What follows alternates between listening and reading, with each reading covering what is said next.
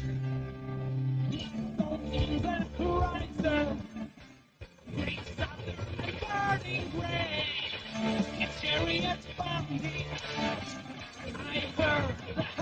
the horizon, greater and founding at the screen is hello everyone, and welcome back to the Underground Fleet.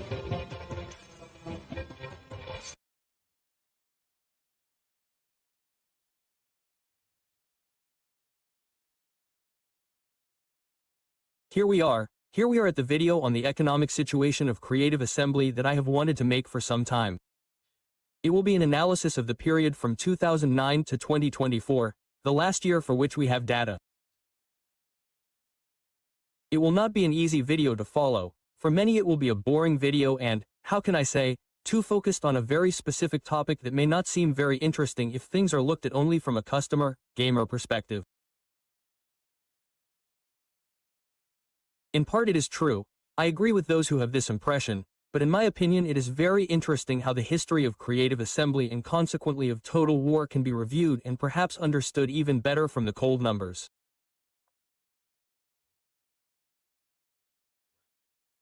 To make this video I got help from someone much better than me, who was able to analyze the data and therefore allowed me to make this video that I swear has taken a lot of work to bring to you. The first part of this video will be dedicated to explaining certain terms that are essential to understanding what we are talking about. If this part doesn't interest you, skip to the second chapter, since I've included the chapters of the video to make it easier to watch. Thanks everyone. Okay, are you ready? I'd say let's start, but not before reminding you that, as always, we look forward to your opinions in the comments and remember to like it. We can say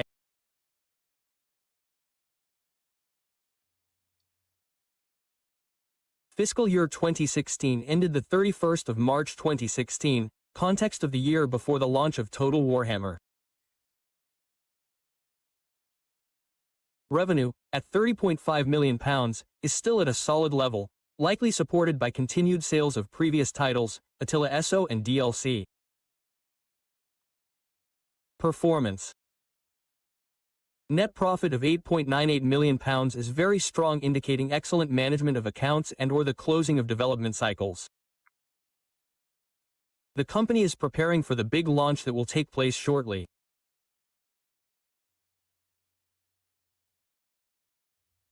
Fiscal year 2017. Context. Total Warhammer 1 launched in May 2016, followed by a wave of DLC, Chaos Warriors, Beastmen, Grim and Grave, etc. Performance. Revenue increases slightly to £45.8 million with a strong net profit of £14.26 million. This demonstrates the immediate success of Total Warhammer 1 and its ability to generate substantial revenue. The game introduces a new direction to the franchise, attracting a large new group of players.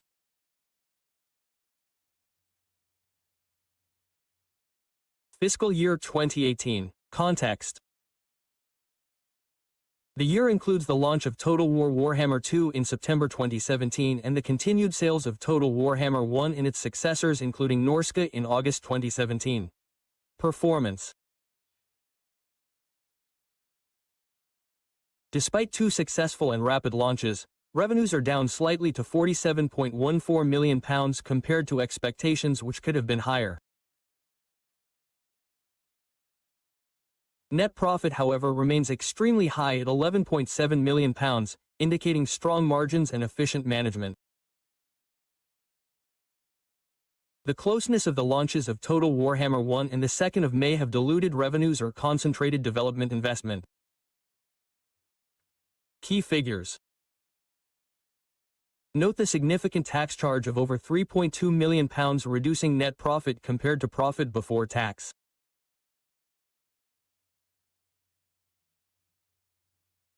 Fiscal year 2019. Context. Post-launch period for Total Warhammer 2 with a steady stream of DLC for both Warhammer games. Examples: Rise of the Tom Kings, Queen and the Crone, Vampire Coast. The company is likely in intensive development for Total War 3 Kingdoms. Performance. Revenue grows significantly to £67.15 million, up 42.4%, indicating long-term success and player engagement with the Warhammer series and its many DLCs.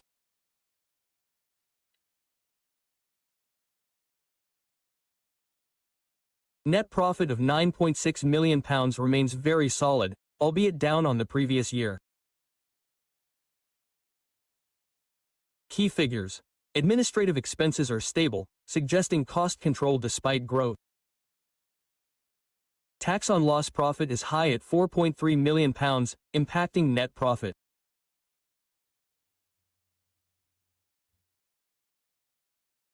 FY 2020 context. Total War 3 Kingdoms launched in May 2019 and represents an expansion of the Total War series into a new historical mythological setting. Several DLCs for Total Warhammer 2 also continue to contribute. Performance.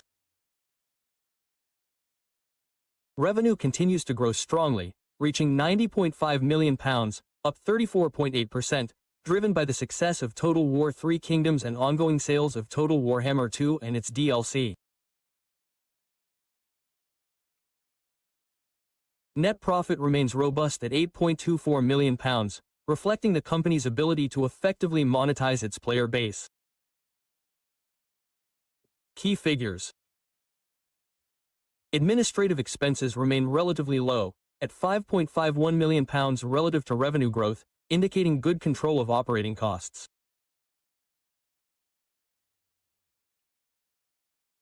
Sales of Total War 3 Kingdoms and Total Warhammer 2 and their respective DLCs continue in FY 21. This is also a year of intensive development for Total Warhammer 3. Performance. Revenue surpasses £100 million for the first time, reaching £114.68 million, up 26.7%. This indicates a very strong product pipeline and exceptional customer loyalty. Net profit peaks at £9.10 million during this period. Key figures. Significant increase in administrative expenses, up 117.4% to £11.98 million, suggests a significant investment in the development of Total Warhammer 3 and possibly staff expansion in preparation for the imminent launch.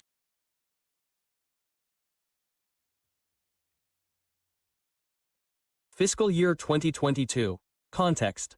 Total Warhammer 3 launches in February 2022. This has been one of the most anticipated launches in Creative Assembly's history. Performance. Revenue continues to grow to £137.13 million, up 19.6%, benefiting from the impact of the Total War Warhammer 3 launch.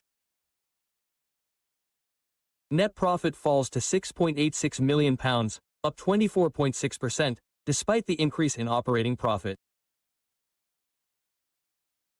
This is mainly due to the much lower tax burden in 2021, which has inflated net profit for that year, while taxation is higher in 2022. Key figures.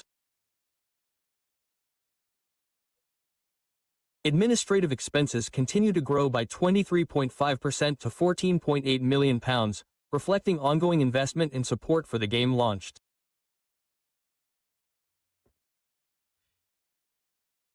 FY 23. Context. This fiscal year benefits fully from the post-launch impact of Total War, Warhammer 3 and the introduction of major DLCs, notably Immortal Empire Mode in August 2022, Champions of Chaos in August 2022 and Forge of the Chaos Dwarf in April 2023. Performance. Revenue reaches an all-time high in the period under review at £153.18 million, up 11.7%.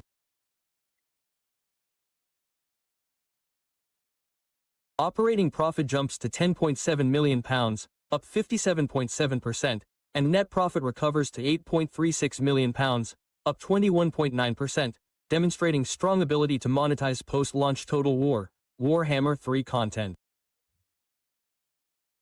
Key figures. Administrative expenses increased to £18.17 million, in line with previous year's growth, reflecting the retention and expansion of the team for content development and new projects. Fiscal year 2024. Context. Total War Pharaoh launches September 2023. This year has also been marked by the controversy surrounding the Shadows of Change DLC for Total War Warhammer 3, August 2023, perceived as too expensive for the content offered, and the cancellation of the Hyenas project, a live service game resulting in redundancies. October 2023. Revenue performance slightly down -2.6% to £149.23 million. Despite the launch of Pharaoh, overall revenues are down. This suggests that Pharaoh may not have performed as expected and/or that Total War Warhammer 3 sales were negatively impacted by the reaction to the Shadows of Change DLC. Administrative expenses. The most critical figure, the 89.1% increase to £34.34 million, is exceptional. As anticipated, this is almost certainly due to restructuring costs, severance payments for redundancies and asset write-downs related to the cancellation of the Hyenas project. These are one-off costs not related to ordinary operations. Profitability. As a result, the company recorded an operating loss of £3.51 million and a net loss of £2.17 million, a direct result of the explosion in administrative expenses that exceeded the otherwise positive net profit margin.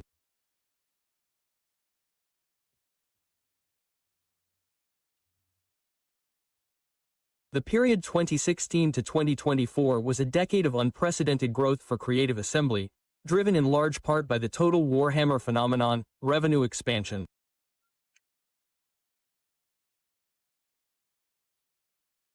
The company showed an extraordinary ability to grow revenues from £30 million to almost £151 million, thanks to a successful games pipeline and an effective DLC strategy, which maintained player engagement.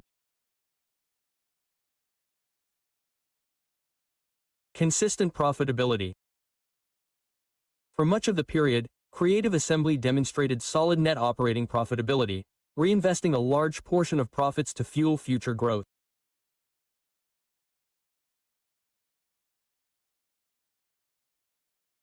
The role of DLC, the DLC release strategy has played a crucial role in keeping the games relevant and generating a steady revenue stream between major launches.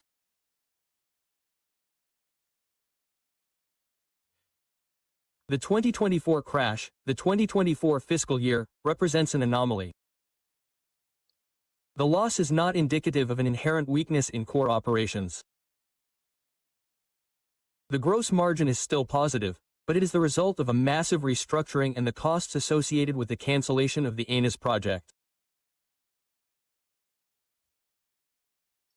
This highlights the risks of diversifying outside the core business and the need for rigorous project management. Challenges ahead. The decline in revenue in 2024 combined with the less enthusiastic reception of Pharaoh and the controversy surrounding Warhammer 3 DLC suggests that the company faces challenges related to player perception and the need to innovate while maintaining expected quality and value.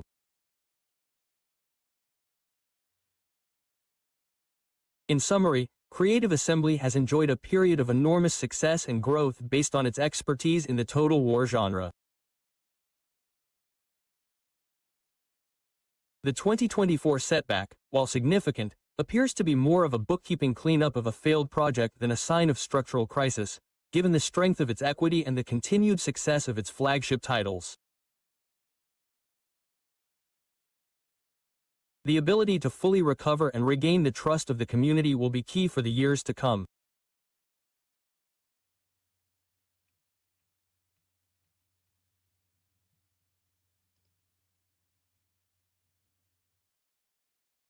Income statement, a sharp deterioration in profitability. Revenue turnover. There is a slight decrease in revenue from 153.18 million in 2023 to 149.3 million in 2024, a decrease of 2.58%. This is a small decline, but it is not the main cause of the collapse in profitability. Cost of sales. The cost of goods sold decreased from 124.32 million to 118.40 million, which is positive in absolute terms and contributed to an increase in gross margin. Gross profit, gross margin. Despite the decline in revenue, gross margin increased from $28.86 million to $30.83 million, an increase of 6.83%. This suggests that the company has been more efficient in managing direct manufacturing costs or has sold products with higher margins.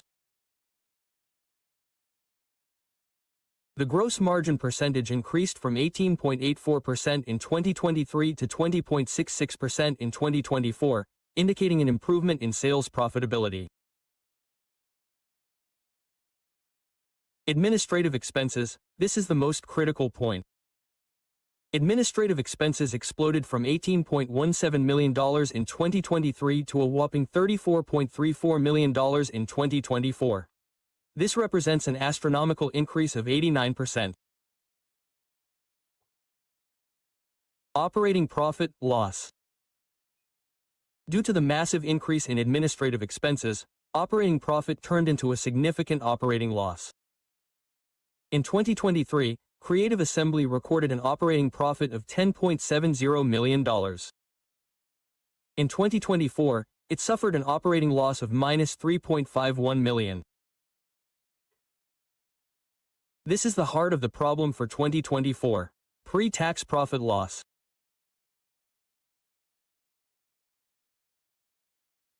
Consequently, the pre-tax result also went from a profit of $10.68 million in 2023 to a loss of -$3.45 million in 2024.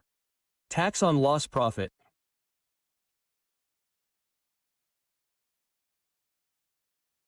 It is interesting to note a positive tax item in 2024, $1.27 million, compared to a negative tax expense in 2023 of -$2.32 million.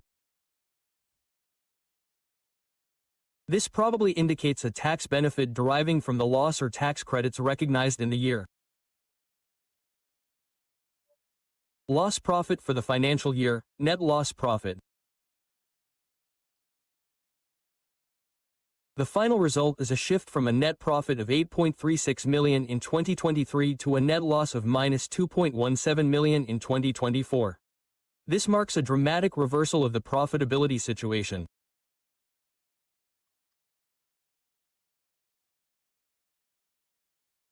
Balance sheet, stability with significant signs. Fixed assets, fixed assets. There is a decrease in fixed assets from $23.03 million to $19.26 million, approximately -16.4%. This could be due to higher depreciation of investments, new assets, or the sale of some assets. Debtors, receivables. Receivables from customers or other short-term debtors increased from $46.61 million to $49.11 million, approximately plus 5.4%. This would merit investigation to understand whether it is a question of increased sales to customers or an extension of collection times. Cash at bank and on hand, liquidity. Liquidity increased slightly from $0.80 million to $1.07. This is a positive figure, but the absolute value of cash remains relatively low compared to the size of the company. Creditors, short-term payments. Short-term payables to suppliers, tax authorities, etc. increased from $7.18 million to $8.78 million, approximately plus 22.3%. This, together with the increase in receivables, deserves attention in the management of working capital. Net current assets increased slightly from €40.3 million to €41.40 million, approximately plus 2.9%. This indicates good management of short-term liquidity, although the increase in current liabilities was offset by the increase in current assets, mainly receivables. Creditors after more than 1 year. Long-term debt decreased significantly from €0.44 million to €0.09 million, approximately minus 78.8%. This is an improvement in the debt structure. Net assets. Shareholders' equity decreased from €62.28 million to €60.10 million, approximately minus 3.5%, reflecting the net loss recorded for the year. The profit-loss account within shareholders' equity decreased from €62.24 million to €60.07 million, confirming the impact of the loss.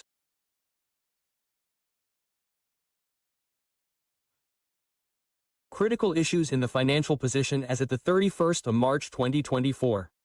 1. Serious operating loss.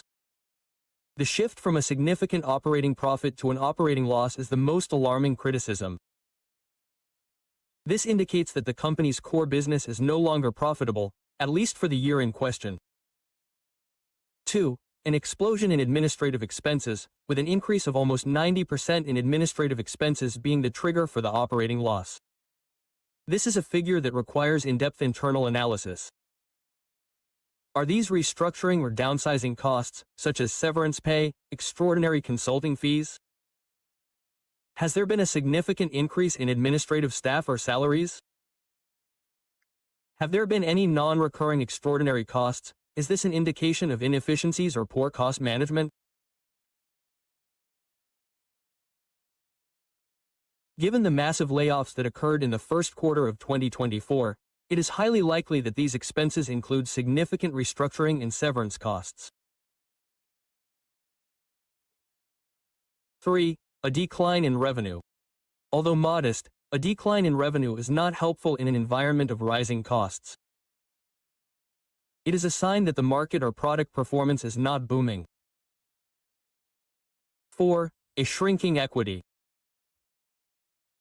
The decrease in equity is a direct consequence of the loss and, although not dramatic in absolute terms, it does indicate a reduction in shareholder wealth.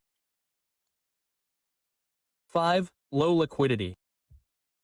Although cash has increased slightly, the absolute value of $1.07 million is very low for a company with a turnover of almost $150 million. This makes it potentially vulnerable to sudden shocks or delays in collections.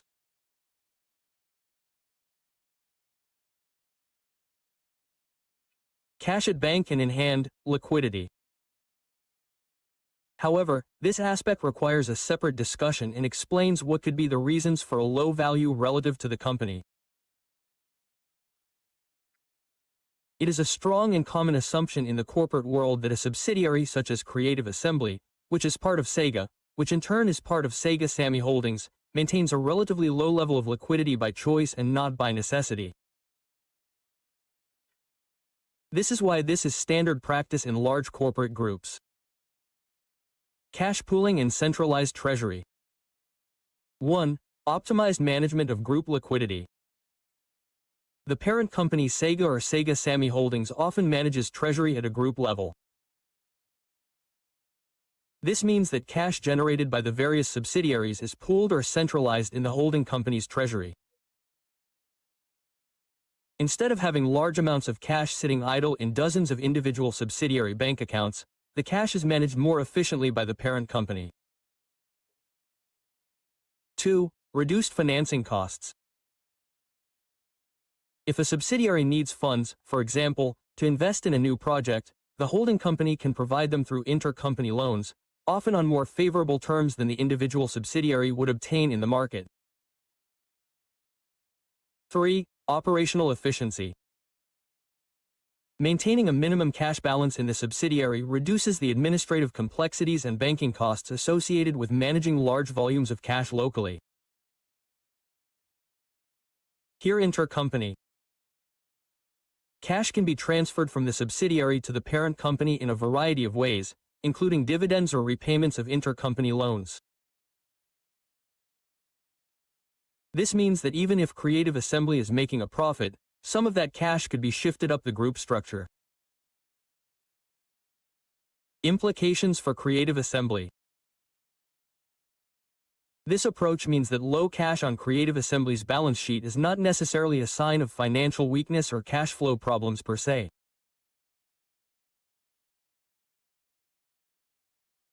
Rather, it suggests that Creative Assembly does not need to maintain substantial cash reserves on its books because it can count on the financial support and centralized cash management of its parent company Sega.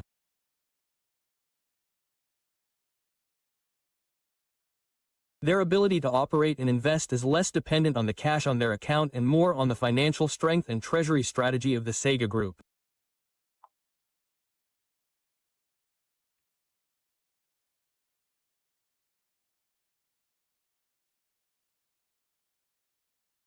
The period 2016 to 2024 has been a decade of unprecedented growth for Creative Assembly, largely driven by the Total Warhammer phenomenon. Revenue expansion. The company has shown an extraordinary ability to grow revenues from $30 million to nearly $150 million, driven by a successful game pipeline and an effective DLC strategy. Consistent profitability. For much of the period, Creative Assembly has demonstrated solid operating and net profitability, reinvesting a large portion of its earnings to fuel future growth. The role of DLC, the downloadable content release strategy, has played a crucial role in keeping the games relevant and generating a steady revenue stream between major releases. The 2024 crash, fiscal year 2024, represents an anomaly. The loss is not indicative of an inherent weakness in core operations. Gross margin is still positive, but it is the result of a massive restructuring of costs associated with the cancellation of the Hyenas project. This highlights the risks of diversifying outside the core business and the need for rigorous project management. Challenges ahead. The loss of revenue in 2024 combined with the less enthusiastic reception of Pharaoh and the controversy surrounding the Warhammer 3 DLC suggests that the company faces challenges related to player perception and the need to innovate while maintaining expected quality and value. In summary, Creative Assembly has enjoyed a period of enormous success and growth based on its expert size in the Total War genre.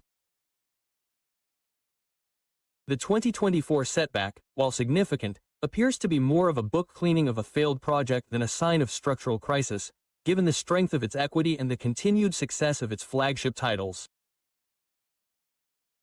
The ability to fully recover and regain the trust of the community will be key for the years to come.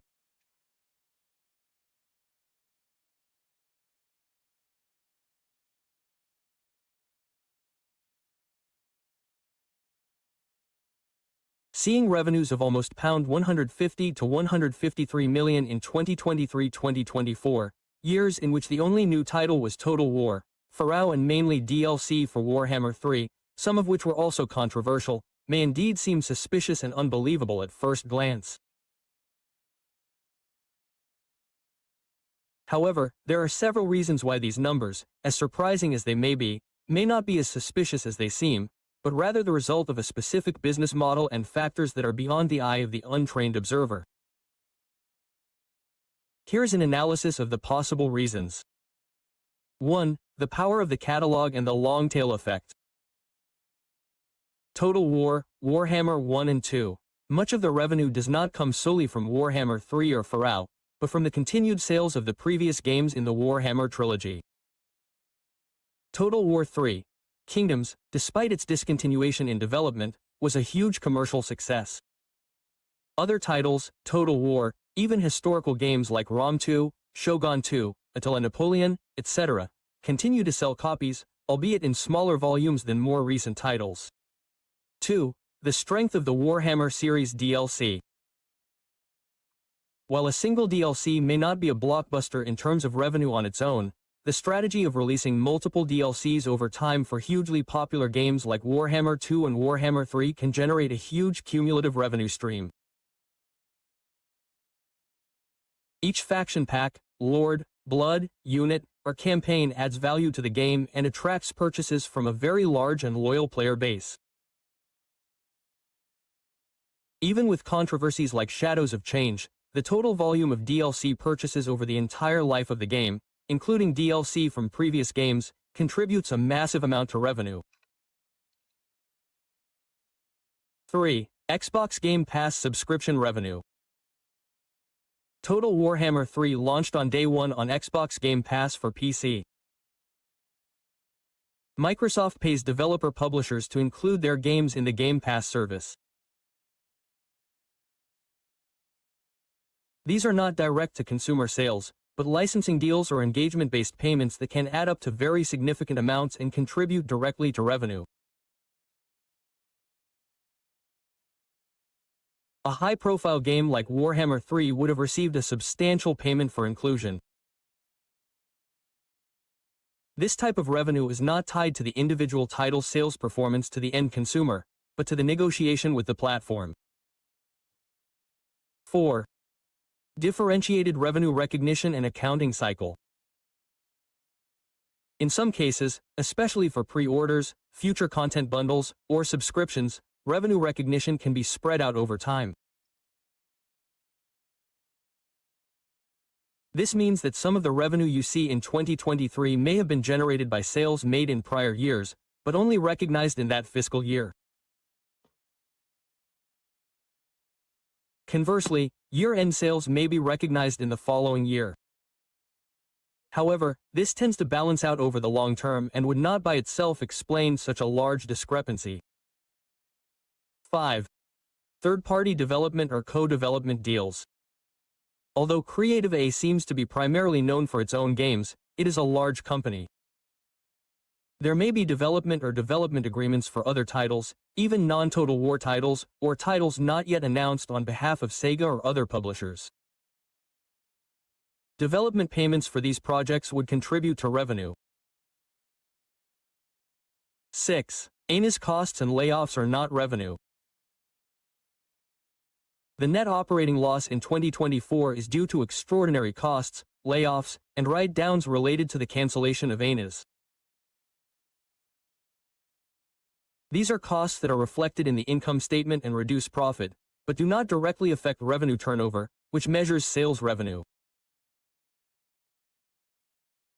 The company has continued to sell games and DLC, generating revenue, although these have been absorbed by restructuring costs.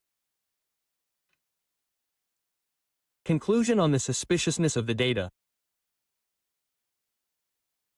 The data is not necessarily suspicious or unreliable, considering all the sources of revenue for a developer of this size.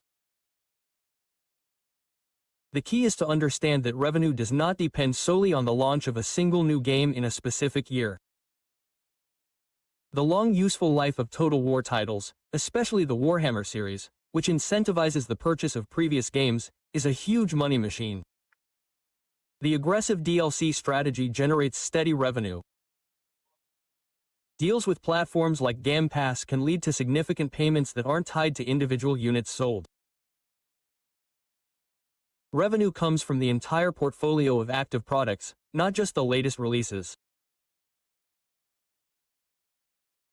So while Pharaoh may not have sold millions of copies and a single DLC may not seem like a huge revenue generator, the combination of all these sources can easily lead to those high revenues.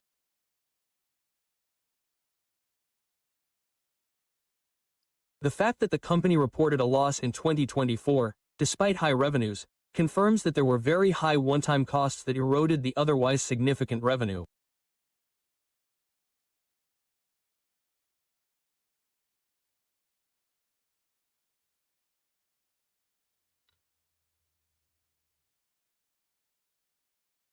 It's entirely plausible that the money Sega or Sega Sammy gives to Creative Assembly ends up in Creative Assembly's revenue turnover, but only under certain conditions.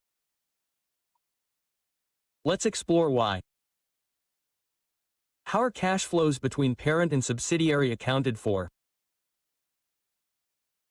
There are several ways in which money can flow from a parent company, Sega Sammy, to its subsidiary Creative Assembly, and each has a different accounting treatment. Capital increase. If Sega provides funds to Creative Assembly as a share capital increase or a direct equity injection, this money will not appear in the earnings statement. It will instead be added to Creative Assembly's total equity shareholder funds. The balance sheet entries for Creative Assembly have remained fairly unchanged, indicating that there have been no direct equity increases by Sega in recent years. Intercompany loans. If Sega lends money to Creative Assembly, this money will be recorded as a liability to Creative Assembly. It will appear in the creditor liabilities section of Creative Assembly's balance sheet. Short-term loans from the parent company may be included in the creditor amount falling within 1 year, but they are unlikely to be the sole reason for such a high turnover.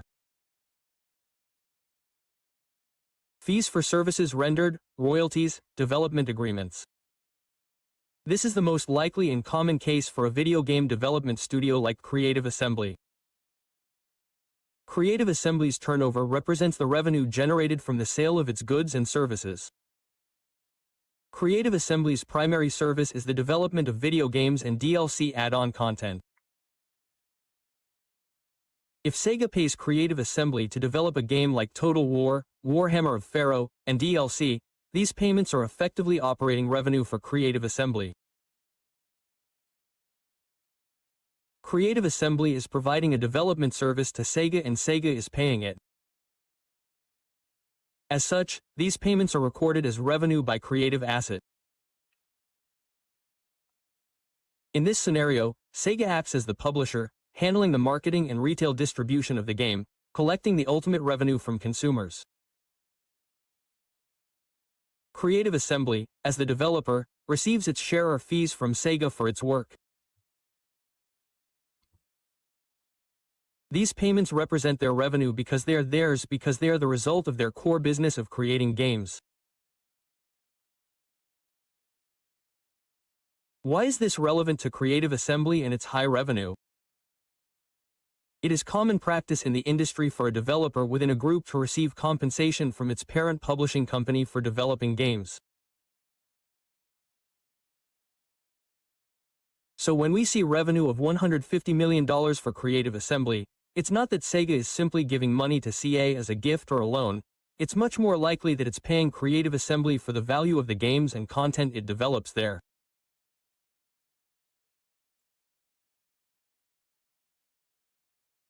While retail sales of a single game like Pharaoh may have been disappointing for Sega, as a whole, Creative Assembly is still receiving a fee for the development of that game, or for its share of revenue from the Warhammer titles that continue to sell millions of copies and DLC through Sega's distribution network.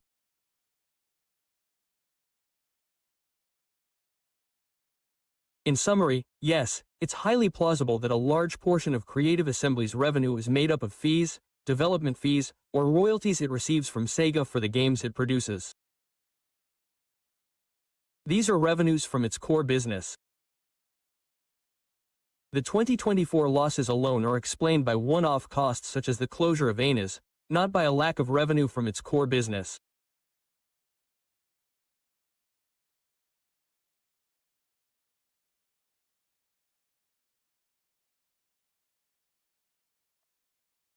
The introduction of the Total Warhammer series represented a phenomenal turning point for Creative Assembly, as is clearly evidenced by the differences between the two periods.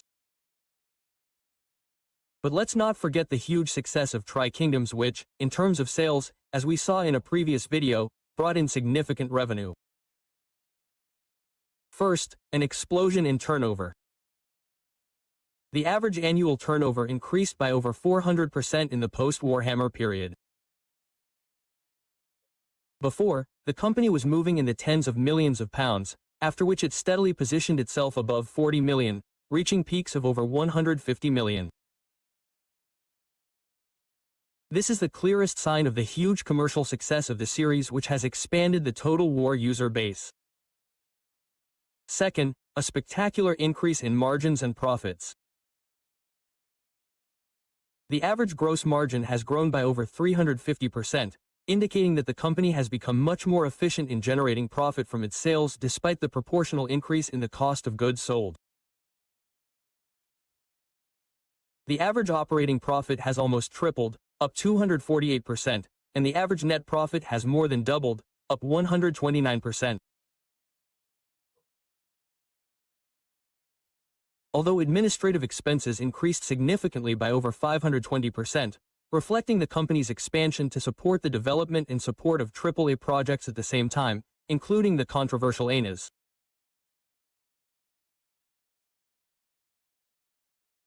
Revenue growth was so massive that it more than covered these costs through at least fiscal 2024. 3. Massive growth in net worth and financial strength. Net worth exploded, growing by nearly 750%.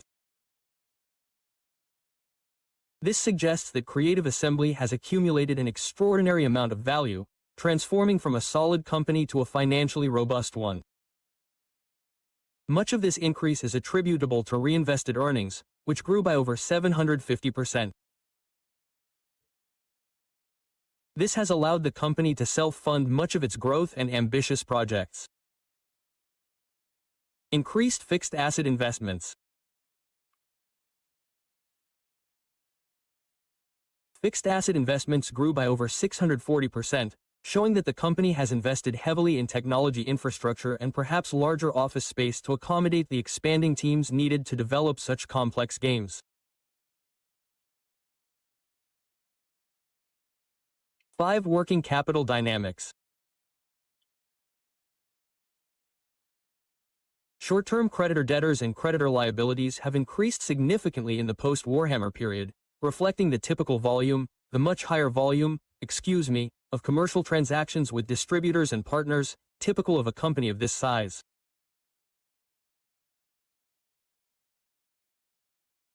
However, net working capital has increased by almost 8%, indicating that despite the volumes, short-term cash management has remained very effective.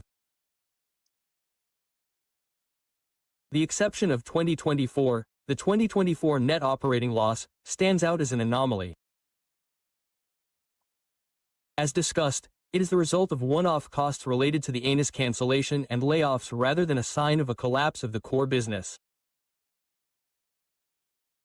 The average values for the period 2016 to 2024 include and partly dilute this negative effect, but it is essential to acknowledge it.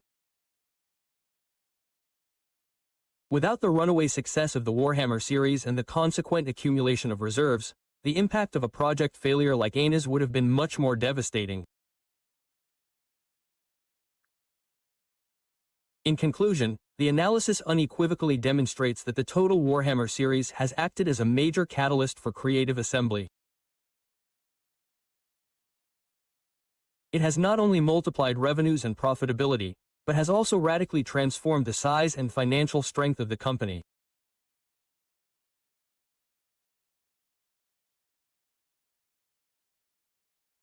It has allowed Creative Assembly to evolve from a successful developer in its genre to a major player in the global video game industry with a solid financial base that allows it to undertake ambitious, albeit sometimes risky, investments, such as Hyenas, and to continue to dominate its market segment.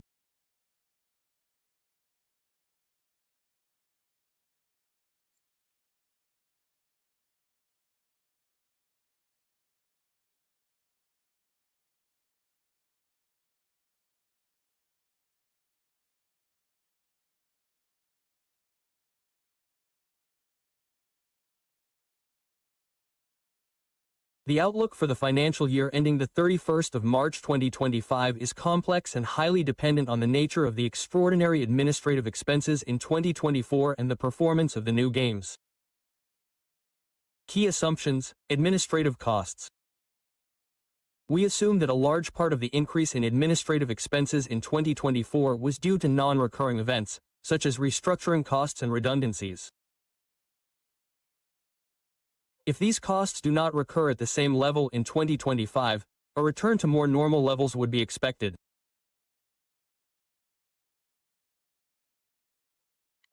Revenue Creative Assembly launched Total War Pharaoh in October 2023, so initial sales revenue is in the 2024 budget, but ongoing sales and DLC will impact 2025. Initial reviews for Pharaoh have been mixed and the game has had a difficult support cycle with significant price reductions.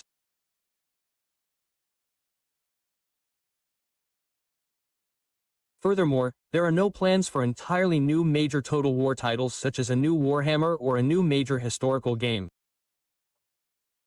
Sales will likely be driven by DLC for Warhammer 3 or other IP. Most likely Scenario 1 revenue.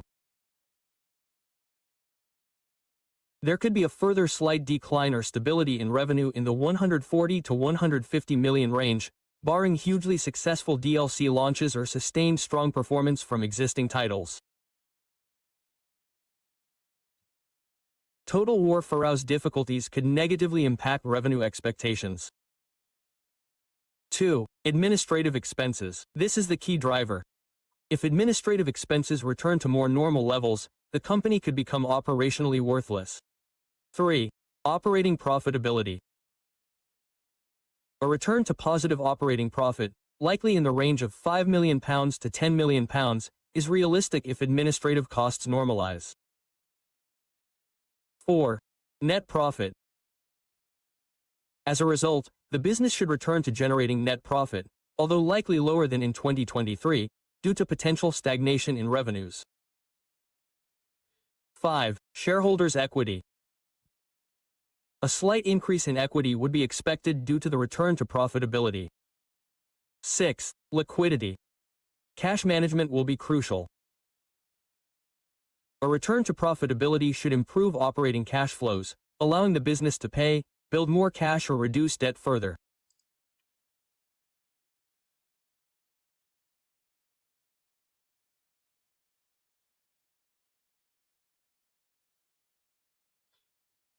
We have seen that stabilizing the situation will be important for the next financial year. There are no new games coming out, so we need to take a longer-term view. If Sega, after the subsequent financial years 2025-2026 in particular, were to see further significant losses for Creative Assembly and deem the studio no longer profitable or not aligned with its long-term strategy, a number of scenarios could arise, ranging from corrective measures to more drastic decisions. Here are a few scenarios to consider. Scenario 1. Further restructuring and downsizing measures already underway but enhanced. This is the first level of response that is often an extension of what likely already happened in 2024 and which generated the high administrative expenses. Further cost-cutting and layoffs.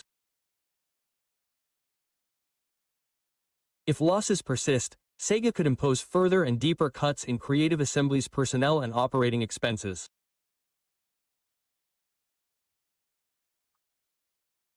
This could include downsizing entire departments deemed non-core or underperforming, canceling or scaling back future projects, game development projects that do not show sufficient profit potential or are deemed too risky, could be paused, scaled down or cancelled entirely. This has already happened with Hyenas and could affect other titles. Focus on profitable core IPs. Creative Assembly could be forced to focus solely on its most profitable established franchises, such as additional content for Total Warhammer 3 or the development of a new major Total War with a clear and reliable path to monetization, while abandoning less certain experiments or new IPs. Management changes. Sega could impose significant leadership changes at Creative Assembly to implement new strategies or take a more profit-oriented direction. Scenario 2. Strategic reassessment and potential divestment. If the above measures fail to yield expected results or if the situation deteriorates further, Sega could begin to explore more radical options. Sale of the studio. This is one of the most common scenarios for an underperforming subsidiary. Sega could decide to sell Creative Assembly as a separate entity. There would be two variations: O-sale with IP. Sells the studio along with its core IPs, Total War, Alien Isolation. This could be an attractive package to other publishers or major developers. O-sale of the studio alone. Sells the studio but retains ownership of the IP licenses to the new buyer. This is less likely for a studio so closely associated with its core IPs, but possible if Sega wants to retain control of the Total War brand. Transformation into a support studio. Creative Assembly could be reduced to a role as a support studio for other Sega projects or those of other developers within the group, losing its autonomy in developing full games. Merger with another Sega studio. Although less likely given its size and specificity, Sega could attempt to merge Creative Assembly with another of its studios to consolidate resources and synergies in an attempt to streamline the structure. Scenario number 3, liquidation or closure. Extreme scenario. This is the most drastic case, and is usually a last resort, but cannot be ruled out in situations of persistent and unsustainable losses. Closure of the studio. If Creative Assembly cannot find a buyer and the losses are too high to be sustained, Sega could decide to close the studio completely. This would involve ceasing operations, liquidating its assets and laying off all remaining staff. This option is always costly, involves severance pay, damages reputation, and is only taken when there are no more economically advantageous alternatives. Factors that would influence Sega's decision. Value of IP. How much strategic and financial value does Sega still place on IPs such as Total War and Alien? Are they willing to bear short-term losses for the long-term potential of these IPs? Impact on group balance sheet. How much do Creative Assembly's losses impact Sega Sammy Holdings' overall balance sheet? If the impact is marginal, they may be more patient. If it is significant, the pressure to act will be greater. Market outlook and future. What is Sega's view on the future of the PC gaming market and strategy? Do they still see a growth opportunity that justifies investing in Creative Assembly? Past successes and reputation. Creative Assembly has a long and distinguished history. Sega may be reluctant to close such an iconic studio without exhausting all other options. Exit costs versus retention costs.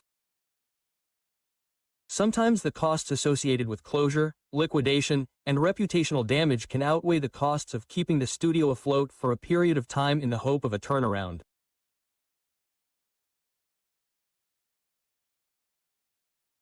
In conclusion, if the balance sheet as of March 31, 2025, but I would say more than 2025, I would say 2026 and even more so, perhaps even more so in 2027, were to show significant losses for Creative Assembly, Sega would undertake a thorough analysis.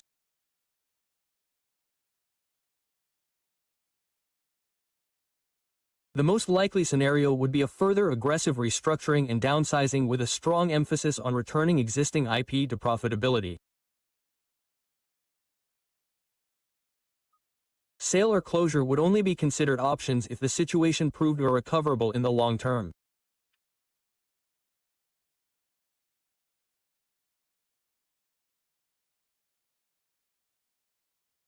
Well, I would say that we have analyzed Creative Assembly's economic situation well.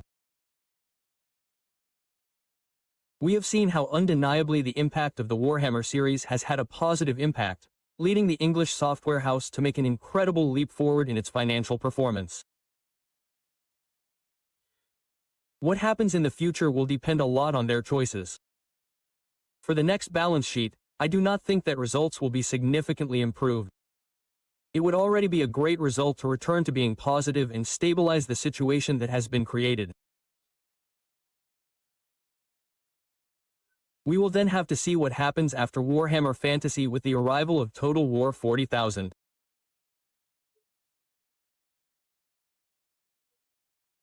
Here we will see if the choice will pay off, but it will depend on how it will be made, how it will be received, and on the sales of both the base game and the numerous future DLCs that will certainly not be lacking. I will continue to follow the situation, and in the future, when we have the data, I will analyze the situation with the next financial report. I will be there, and you? Thanks to all of you for watching this exhausting video. Let me know your opinions with your comments and leave a like if you enjoyed it. From the old bastard.